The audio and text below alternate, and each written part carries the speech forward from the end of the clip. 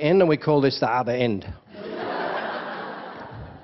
Somebody said to me the other day, "Doc, mate, that's why we get fat. The holes are different sizes."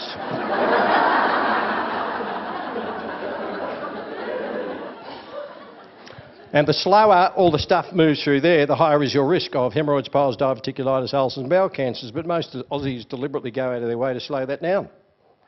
Two great ways. One, be inactive, and the second one, refuse to eat that meal called breakfast.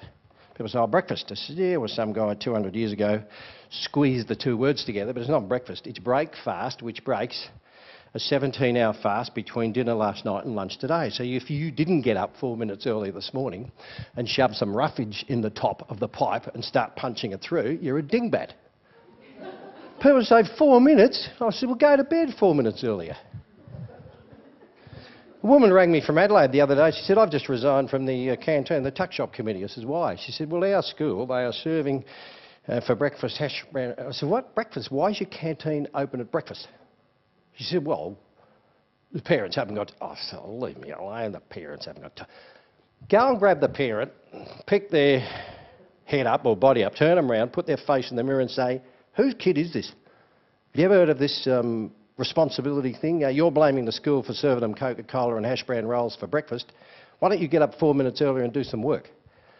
My kid won't eat fruit." "Yes, they will. I've got a thing called an FP100. I invented it. It's fruit platter, 100% of the time. It lives in your fridge. It looks like this. It's got 7 or 8 little bite-sized chunks, all different fruits chopped up on it." "Ah, is that hard?" I said, "I don't know." We've had this in our house since our kids were day dot, you know. All right. And if you hand a kid this fruit platter at breakfast and after school, do you know what? They eat it. How do you know? I've got 5 kids. Sugar. Sugar's good for you. People say, "No, mate, it's not. It's not." I said, "Well, hang on. Why? You know, let's discuss this. Sugar feeds the brain. Blood glucose, it gives the brain energy. And if you go on this low-carb stuff and don't eat any form of carbohydrates or sugars, your brain starts to struggle. It goes mushy. "Oh, yeah, but that sugar stuff, it's full of carbs." I says, "Listen, I spent a lot of time in America. I love Americans because they're very patriotic and very enthusiastic, even more so than we are. Think about it. But some things they get wrong. They call carbs carbs. Carbs are not carbs, they're carbohydrates. You know what the chemical formula is? CH2O, carbohydrate. What's that? Water.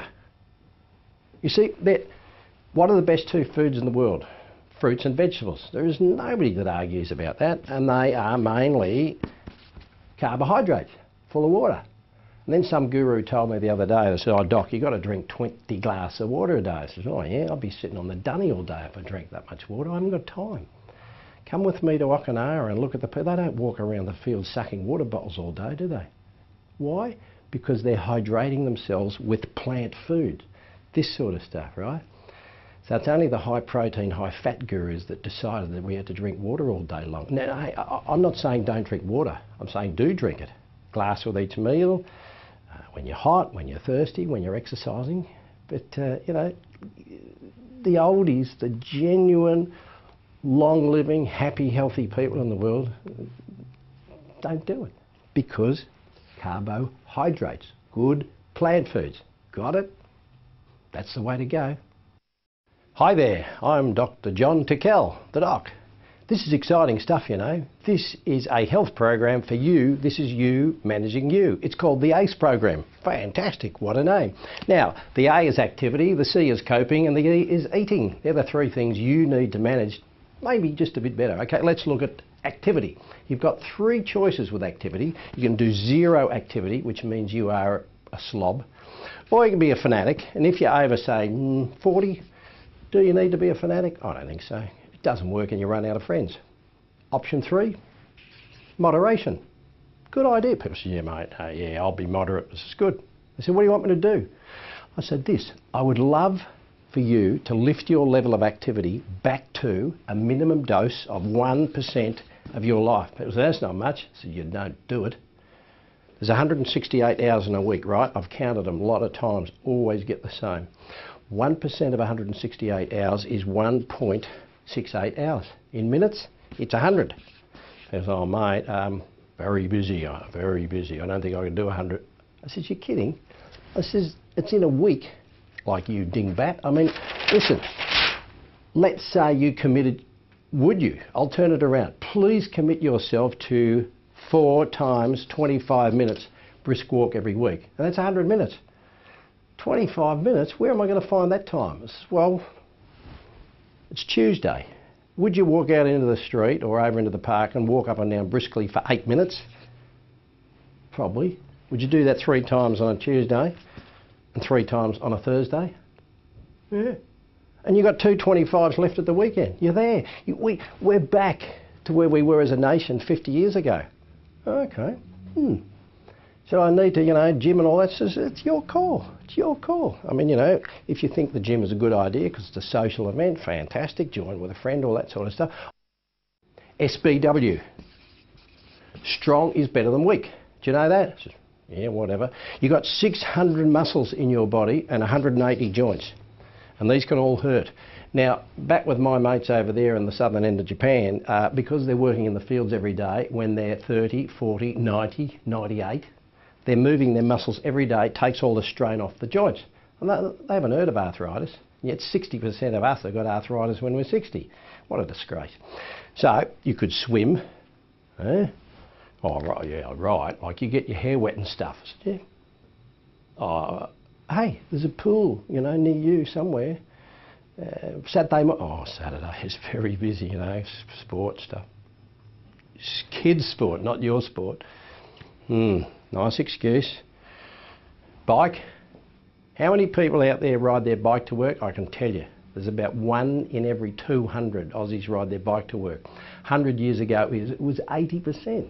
Now it's 0.5%. At least you could buy a bike for your kid. Oh, they're $300. I say, you put $10 in a jar every Saturday morning for 30 weeks, you got $300 to buy your child a bike. Okay. You could walk. Stair climbing is phenomenal. When you're fat, your thighs are close and they talk. Do you know that? And the bigger your thighs, the more they talk. And so you're walking along like this and your thighs are going, oh, nice day. And there's a set of stairs. Stairs are brilliant. And the thighs are going, I wish we could walk up those stairs. They say, no, I haven't got time, haven't got time, haven't got time. Hey, how about a little commitment here? I do this. Do you know I set myself every day a stupid little goal to climb 200 stairs a day? Because that's a lot. So there's nothing. It's 10 20s, 20 10s. Every time I pass the stairs, I just go up and down. Oh, okay. I mean, people in hotels and lobbies, they go up one story in an elevator, in a lift. Climb the stairs. It's fantastic. Row a boat. People say, I don't row boats. I say, you don't do anything. You never get out of the comfort zone, do you? Weights. You got weights at home? Do you know how many people have got weights at home? Just a few, couple of percent, I would love you. No, I'm telling you. I'm demanding of you. Go down the weight shop. I'll give you 2 weeks. Go down the weight shop. If you're a girl, buy 3 kilogram pink plastic weights. If you're a guy, buy 5 kg blue plastic weights. If you're unsure of which you are, buy 4 kilogram multicoloured. And you start doing this. Don't hurt your back, get some advice, start throwing some weights around, just little tiny weights, because the muscle tone, if you've got no muscle tone, your joints, more strain on the joints, higher risk of arthritis. Weightlifting is not for muscle people, muscle men, muscle women, it's for everyone.